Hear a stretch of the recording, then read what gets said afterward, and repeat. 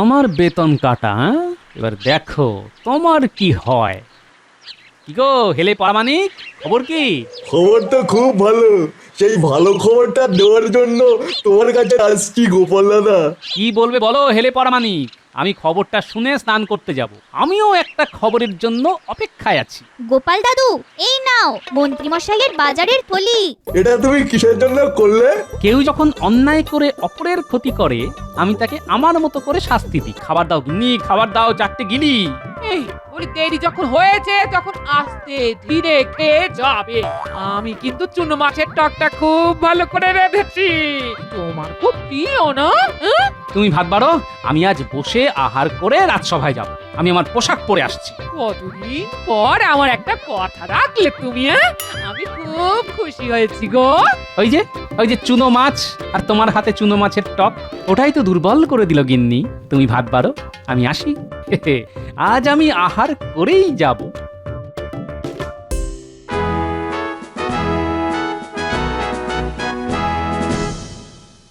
এই যে মন্ত্রী, কি ব্যাপার? আজ এখনো গোপাল এলো না? আজ তো বেতন পাবার দিন। কয়েকদিন ধরে নির্দিষ্ট সময়ে অনেক পরে গোপাল রাজসভায় আসছে, এই নিয়ে একটু আলোচনা করা দরকার। আরে আরে আরে, এখন আর দৌড়দৌড়ি করে হাত পা ভাঙবে নাকি? আস্তে আস্তে এসো, আস্তে আস্তে। মরণকালে ঈশ্বরের নাম করলে কি আর পাপ কমে গোপাল? আচ্ছা, তোমার আজ দেরি হবার হেতু? আজ আহার করে আসার খুব ইচ্ছে হলো, তাই মহারাজ আমার আসতে বেশ খানিকটা দেরি হলো। শুনুন মহারাজ, গোপালের কথা শুনুন। ওর নাকি আজ আহার করার ইচ্ছে হলো, আর আজ আহার করে আসতেই দেরি হলো। বাদ বাকি দিন যেন ও বিনা আহারে আসে। সত্যি তো মন্ত্রী মশাই, প্রতিদিন আমাকে নাকে মুখে গুঁজে পরিমরি করে আসতে হয়। আজ একটু আহার করে এলাম। একটু চুনো মাছের টক গিন্নি রেঁধেছিল, দারুণ। গোপাল করলো আহার আজ চুনো মাছের টক দিয়ে। রাজসভাতে হুলুর স্থল, বসবে বিচার দেরি নিয়ে। ঠিক বলেছো সভাকবি, আহার করে দেরি করে কাজে আসার তো শাস্তি পেতেই হবে। পেতেই হবে, কিন্তু কি শাস্তি মন্ত্রী? দেরি করে রাজসভায় আসার জন্য গোপালের বেতন কাটা যাবে, অর্ধেক বেতন পাবে। এটাই একমাত্র শাস্তি। একদিন দেরি, তার জন্য তোমার অর্ধেক বেতন কাটা যাবে? এটা কি ন্যায্য বিচার হলো মহারাজ? মহারাজ কি বলবে? আমি তো মন্ত্রী, মন্ত্রণা দেওয়া আমার কাজ। আমি তোমার দেরি হওয়ার জন্য অর্ধেক মাইনে কেটে নিয়েছি, এবং সেটা মহারাজের আদেশে। মহারাজের আদেশ শিরোধার্য। মন্ত্রী মশাই, আপনার নিয়ম আপনার ওপরে খাটাবো, একটু অপেক্ষা করুন। দুঃখ হচ্ছে গোপাল। না মহারাজ, রাজাজ্ঞা বলে কথা। আমি রাজাজ্ঞা মাথা পেতে নিয়েছি। সামান্য বেতনের জন্য তো আমি রাজদ্রোহী হতে পারি না মহারাজ। আহা আহা, কি শুনি! গোপাল আমাদের খুব গুণী। যাও যাও, সব বেতন নিয়ে এসো, তারপর সভার কাজ শুরু হবে।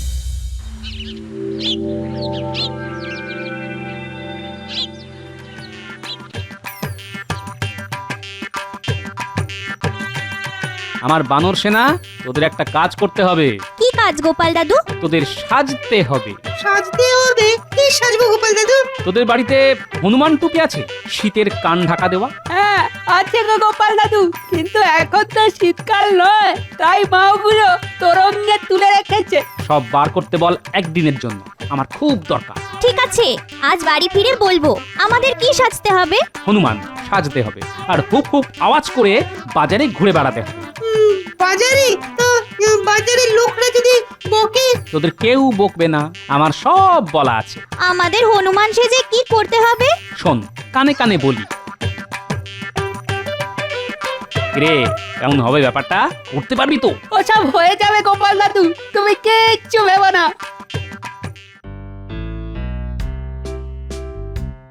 কতদিন পর আয়নাতে নিজেকে দেখছি। যৌবনে কি সুন্দর দেখতে ছিলাম। আহা, এখনো মন্দ দেখতে নই। মাথায় কেমন ঢেউ খেলানো চুল। কি হলো? ঘুম থেকে ওঠা থেকে দেখছি মুখের কাছে আয়না ধরে বসে আছো। কি দেখছো? ওই তো পরোটার মতো মুখ। এভাবে বললে তুমি তুমি খুব কষ্ট দিলে গিন্নি।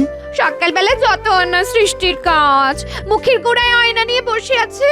বলি, খবর তো কিচ্ছু রাখো না। বাজার হাট যাবে না? আনাজপাতি না হলে রাঁধবো কি? আলতো বেতন পেলে আজকে মাসকাবাড়ির জিনিস নিয়ে এসো। একটু মোলায়েম করে বলতে তো পারতে গিন্নি, সকালবেলা মনটা খুব ফুরফুরে হতো। তাই সকাল সকাল আয়নাতে দেখছিলে যে? দেখছিলাম এখনো কেমন ঢেউ খেলানো চুল আছে। আমার চুল দেখে আবার আমাকে কিরকম ভালোবাসতে ইচ্ছে করছে গিন্নি। ওহো, সকাল থেকে কি হয়েছে বলো দেখি? আয়নাটা রাখো, তাড়াতাড়ি বাজার যাও, বাজার। দাও, বাজারের থলি দাও। এই যে, এই নাও, বাজার মুখে বাজার যাচ্ছে সত্যি।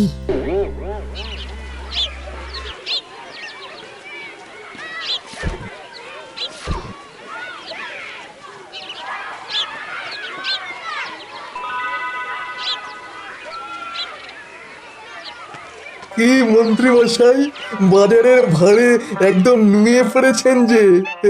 তুমি নিজের চরকায় তেল দাও দেখি, আর জ্বালিও না। আপনি মন্ত্রী মশাই, আপনি যদি নুয়ে পড়েন রাজ্যও তো নুয়ে পড়বে, তাই বলা। এই তুমি থামো তো, তোমার কি অন্য কোনো কাজ নেই?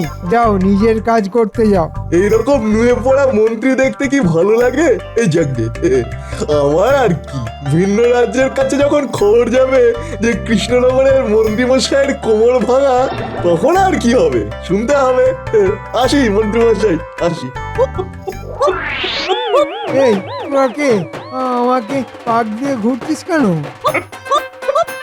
এই কে কে তোরা? আমার বাজারের থলি ধরে টানছিস কেন? ওরে বাবা, এরা কি ধমকাচ্ছে? হ্যাঁ, এরা হনুমান ভাষায় বলছে। কিন্তু কিন্তু আমায় বকছে কেন? আমার দোষ কি? ওরা নুয়ে পড়া লোকদের একদম দেখতে পারে না। এই রে, গেল গেল গেল গেল, আমার সব বাজার নিয়ে চলে গেল। আপনাকে কেমন সোজা করে দিয়ে গেল।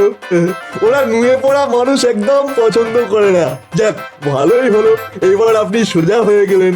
দূর বাবা, আমি সোজা হয়ে কি করব? ভয়ে তো ফিরতেই হবে। আমার গিন্নি আবার আমাকে বাজার না নিয়ে যাওয়ার জন্য মুখ ঝামটা করে আবার নুইয়ে দেবে। হায় হায় হায়, কি হলো? আমার বেতন কাটা, হ্যাঁ? এবার দেখো তোমার কি হয়। কি গো হেলে পারামানিক, খবর কি? খবর তো খুব ভালো। সেই ভালো খবরটা দেওয়ার জন্য তোমার কাছে আসছি গোপাল দাদা। কি বলবে বলো হেলে পারামানিক? আমি খবরটা শুনে স্নান করতে যাব। আমিও একটা খবরের জন্য অপেক্ষায় আছি। গোপাল দাদু, এই নাও মন্ত্রীমশাইয়ের বাজারের থলি। এটা তুমি কিসের জন্য করলে? কেউ যখন অন্যায় করে অপরের ক্ষতি করে, আমি তাকে আমার মতো করে শাস্তি দিই। চিন্তা করো না হেলে, সন্ধেবেলা যার বাজার তার কাছে ঠিক পৌঁছে যাবে। সে আমি জানি গোপাল দাদা। তোমাকে কি আজ থেকে চিনি? তোমার সাথে আমার কতদিনের সম্পর্ক। তোমার মতো সৎ মানুষ কারো ক্ষতি করতেই পারে না।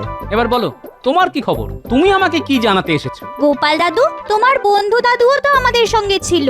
আরে আমি তো তোদের বন্ধু দাদুকে পাঠিয়েছিলাম রে, যাতে কোনো বিপদ আপদ না হয়। আমি এই খবরটাই দিতে এসেছিলাম যে তোমার কাজ একেবারে ঠিকঠাক ভাবেই হয়েছে।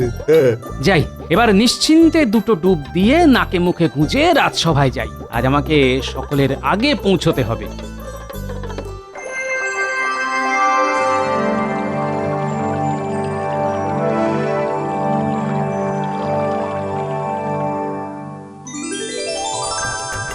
এ কি গোপাল, আজ যে খুব তাড়াতাড়ি রাজসভা এলে। বেতন কাটা যাওয়ার ভয় নাকি? মহারাজ, একে তো পাই ব্যাঙের আধুলি, তার মধ্যে থেকে একদিন একটু দেরি হয়েছে বলে মন্ত্রীমশাইয়ের নির্দেশে আমার অর্ধেক বেতন কেটে নিলেন। আমি আজ আগে এসে দেখব মন্ত্রীমশাই কখন আসে।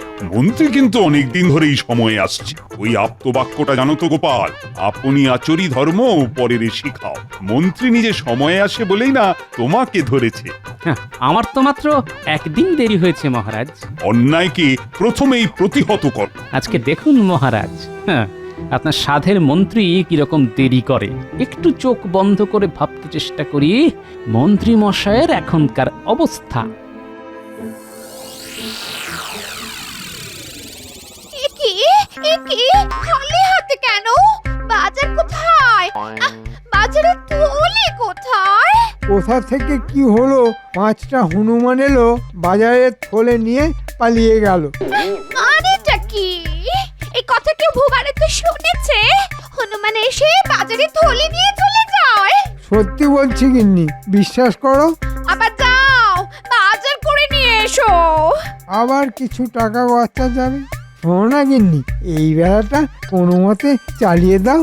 আমি রাজসভা থেকে ফেরার পথে বাজার করে নিয়ে আসবো। তুমি না খেয়ে থাকতে পারো, আমি শুধু হরি মটর দিয়ে থাকতে পারবো না। আমাকে বাজার করে দিয়ে যেতে হবে, ব্যাস। ধুর, কেন যে ইয়ে করতে গেছিলাম? কোনো সুস্থ মানুষ কি ইয়ে করে?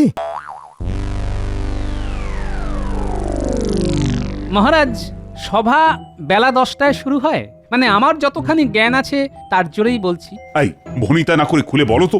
মানে মহারাজ 10টা তো বেজে গেল। আচ্ছা, তুমি ঠিক কি বলতে চাইছো পরিষ্কার করে বলো তো। মন্ত্রী আজ দেরি করছে, সভার অনেক কাজ বাকি পড়ে আছে। তোমার ভনিতা শোনার সময় আমার নেই। আমি ওই ব্যাপারেই আপনাকে আলোকপাত করতে চেয়েছি মহারাজ। আজ মন্ত্রী মশাইয়ের দেরি, গোপালের চিন্তা ভারী। মন্ত্রী মশাইয়ের জন্য আমার চিন্তা করতে ভারী বয়েই গেছে। আমার একটাই প্রশ্ন, কাল আমার দেরি হবার জন্য আমার বেতন অর্ধেক কাটা হয়েছিল।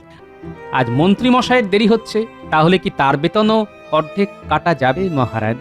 ন্যায্য প্রশ্ন করেছে গোপাল। দেখি মন্ত্রীর কি রকম কপাল। গিন্নি, ও গিন্নি, নাও বাজার নাও। এবারে হনুমান নেয়নি তো? কেন নিলে তুমি খুশি হতে? কিছু রান্না করেছো? কালকের বাসি ভাত আছে, একটু তেল দিচ্ছি, কাঁচা লঙ্কা আর পেঁয়াজ দিয়ে খেয়ে রাজসভায় যাও। কৃষ্ণনগরের মহামন্ত্রী খাবে বাসি ভাত? হ্যাঁ, কি কপাল। আজ আসুক, আসুক আজ। সাপের পাঁচ পা দেখেছে যেন। মন্ত্রী মশাই, এবার দেখুন, আপনি যেমন বুনো ওল, আমি তেমন বাঘা তেঁতুল।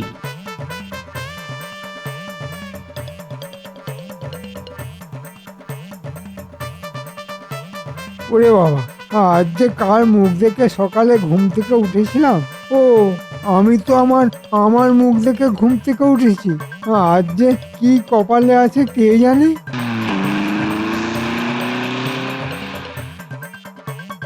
মহারাজ, আপনি অধৈর্য হবেন না। মন্ত্রী মশাই আজ একটু আহার করেও আসছেন, কাল বেতন পেয়েছেন। থামো থামো, আমি মরছি নিজের জ্বালায়। মহারাজ মহারাজ, মন্ত্রী মশাই আসছেন দৌড়ে। ওই দেখুন, মনে হয় পেছনে জ্বলছে আগুন। মহারাজ, এসে গেছি, এসে গেছি। হ্যাঁ, তা তো দেখতেই পাচ্ছি। কালকের সভার জন্য খুব তাড়াতাড়ি না? শোনো মন্ত্রী, তোমার দেরি করে আসার জন্য তোমার অর্ধেক বেতন কাটতাম। মহারাজ, শুধু একদিন, আজ অনেক দিন পর দেরি হলো, আর এর জন্য অর্ধেক বেতন। কাল তো আমিও এই কথাটাই বলেছিলাম, কিন্তু আমার কথা কেউ শুনেননি। না না গোপাল, আমার বিচারে কোনো পক্ষপাতিত্বের অভিযোগ থাকবেই না। শোন মন্ত্রী, দেরিতে রাজসভায় আসার জন্য তোমার অর্ধেক বেতন আমি কেটে নেব। আমাকে তোমার বেতনের অর্ধেক ফিরিয়ে দাও। এ নিশ্চয়ই গোপালের কারসাজি। আমাকে দুবার বাজারে পাঠানো এই হনুমান সেজে আমার হাত থেকে বাজার কেড়ে নেওয়া, কিন্তু প্রমাণ করতে পারবো না। যাকে এক মাঘে তো আর সিদ্ধ হয় না। কি আর করা যাবে মহারাজ, গচ্ছা যখন দিতেই হবে তখন এই নিন। মহারাজের জয় হোক। দেখাচ্ছি মজা। এমন পেছনে লাগবো না যে মজা টের পাবে বাছাধন। এই যে পৌঁছে গেছি। এবার দেখি বটা ঘটা বাড়িতে আছে না কাজে বেরিয়েছে। বটা ঘটা, এই বটা ঘটা, বাড়ি আছিস? কি ব্যাপার মন্ত্রী মশাই, এত রাতে কি কাজ করতে হবে? আরে বাবা, কিছু অপকর্ম তোদের এবার করতে হবে না। ওরে ঘটা, মন্ত্রী মশাই আমাদের এবার ভালো কাজের জন্য ডাকছে রে। মন্ত্রী মশাই, আপনি কি ভালো হয়ে গেলেন? আপনি ভালো হলে আমাদের কি হবে? আরে যেটা এখন তোদের করতে বলবো সেটা অপকর্মই, কিন্তু চুরি টুরি কিছু করতে হবে না, শুধু বলতে হবে। বলতে হবে? কি বলতে হবে? বলতে হবে, গোপাল টেকো টেকো গোপাল, চুলকো গাছা চওড়া কপাল। বাবা, আপনি তো সভাকবির মতো কবিতা বলছেন। হুম, আমি হলাম স্বভাব কবি। আমি কবি স্বভাব নিয়ে জন্মেছি রে। তা যাক, গ্রামে সবাইকে শিখিয়ে দিবি, সবাই যেন গোপালকে দেখলে এই ছড়াটা বলে। এর জন্য তোদের পুরস্কার দেওয়া হবে। ঠিক আছে। তাহলে কাল সকাল থেকেই শুরু করে দে, কেমন? সভাকবি, একটু দাঁড়াও, আমরা একসাথে রাজসভায় ঢুকি। ও গোপাল, তুমি এত তাড়াতাড়ি, এটা কিন্তু খুব বাড়াবাড়ি। গোপাল, তুমি আমাদের রাজসভাতে একদম বেমানান। কেন মন্ত্রী মশাই? তুমি হলে টেকো, মাথায় টাক আর পেটে জয় ঢাক। আমাদের কারো এইরকম টাক নেই। তোমার টাকও আছে, জয় ঢাকও আছে। গোপাল টেকো টেকো গোপাল, চুল কগাছা চওড়া কপাল, গোপাল টেকো টেকো গোপাল। কে রে? আমাকে নিয়ে মস্করা? ওই দেখো গোপাল, গাছের পাখি তোমার মাথায় ইয়ে করে দিল। কি ভাগ্য তোমার, হ্যাঁ? টাক নিয়ে ঠোকাঠুকি মন্ত্রীতে গোপালে, পাখি বিষ্ঠা করে দিল গোপালের কপালে।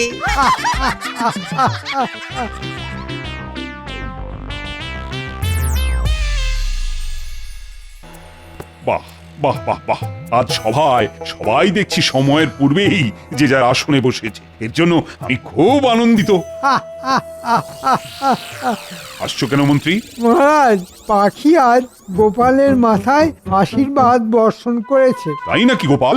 আসলে একমাত্র গোপাল ছাড়া সবার মাথা ভর্তি চুল। পাখিটাও চায়নি যে গোপাল রাজপ্রাসাদে আমাদের মতো কেশস্বীদের সাথে থাকে। পেটে জ্বালা, মাথায় টাক, টুকটাক টুকটাক। আহা মন্ত্রী, তুমিও তো দেখছি সভাকবি হয়ে গেলে।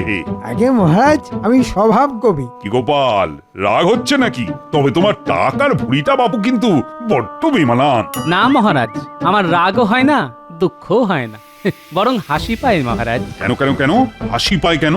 আসলে যাদের ঘন কালো ঢেউ খেলানো চুল আছে, তাদের চুলটাই আছে, আর কিছু নেই।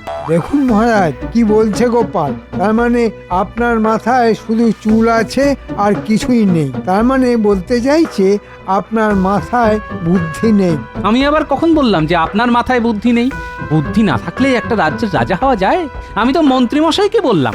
সত্যি তো, গোপাল কিন্তু আমাকে বলেনি, তোমাকে বলেছে। তুমি তো গোপালের সাথে বুদ্ধিতে পারো না। গোপালের মাথায় চুল নেই, কিন্তু বুদ্ধি তো আছে। ওইরকম বুদ্ধি আমারও আছে। আপনি আমাকে মন্ত্রী করেছেন কি এমনি এমনি? বুদ্ধি আছে বলেই না করেছেন। এটাও ঠিক। তালে তাল না মেলালে হয়? তাহলে তো প্রমাণ হয়ে যাবে মহারাজের বুদ্ধি নেই। না হলে এই বুদ্ধির বেশপতিকে কেউ মন্ত্রী করে?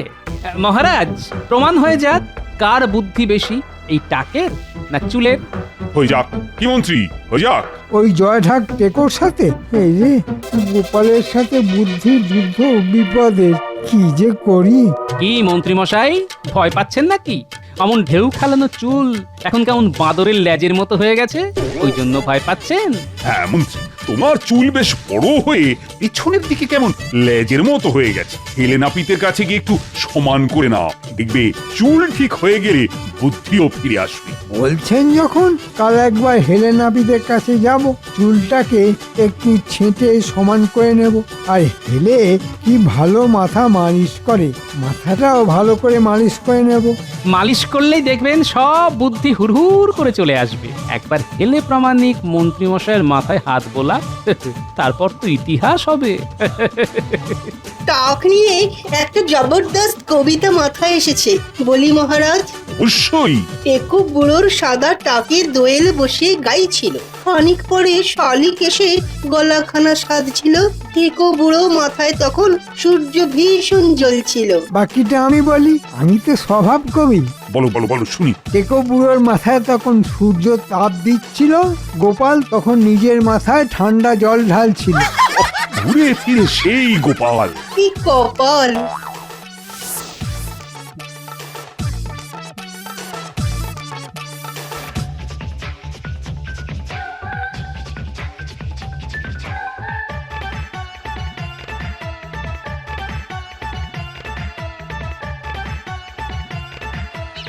এই হেলে, কাল মন্ত্রী মশাই চুল কাটতে আসবে। তোমাকে কি করতে হবে সেটা একটু বলি, শোনো। কি করতে হবে? কাছে এসো। কথায় আছে, দেওয়ালেরও কান আছে। আচ্ছা, বাহ, বেশ, খুব ভালো, খুব ভালো। কাজটা যেন ঠিকভাবে হয়। কোনো চিন্তা করো না গোপাল দাদা।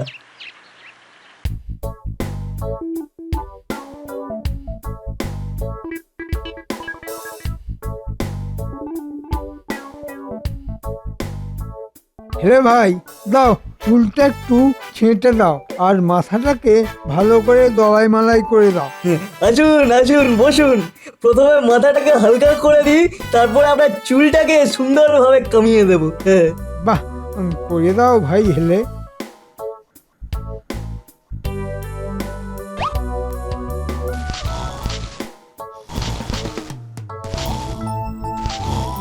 ঘুমিয়ে পড়ুন ঘুমিয়ে পড়ুন, আমি এবার আপনার চুল কামাতে লাগি। দুই দিকে ঘন জঙ্গল, মাঝখানে রাস্তা। হয়ে গেল রাস্তা। এবারে ঘাসগুলোকে সার লাগিয়ে চাষ করতে হবে। হ্যাঁ, এবারে চুলগুলো লাগিয়ে দিই। হ্যাঁ বাহ, মন্ত্রী মশাই জাগুন জাগুন, আপনার চুল ছাঁটা শেষ। আহ, মাথাটা কেমন হালকা হয়ে গেছে। ভালো লাগছে? খুব ভালো। মন্ত্রী মশাই বলছিলাম, আমার পারিশ্রমিক খাতায় লিখে রাখো, পরে দিয়ে দেবো। তোমার মতো মানুষের জন্য একদম ঠিক কাজ হয়েছে।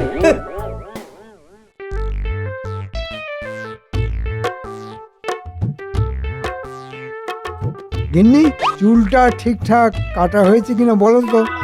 নানি যাও শিগগিরি। যাচ্ছি।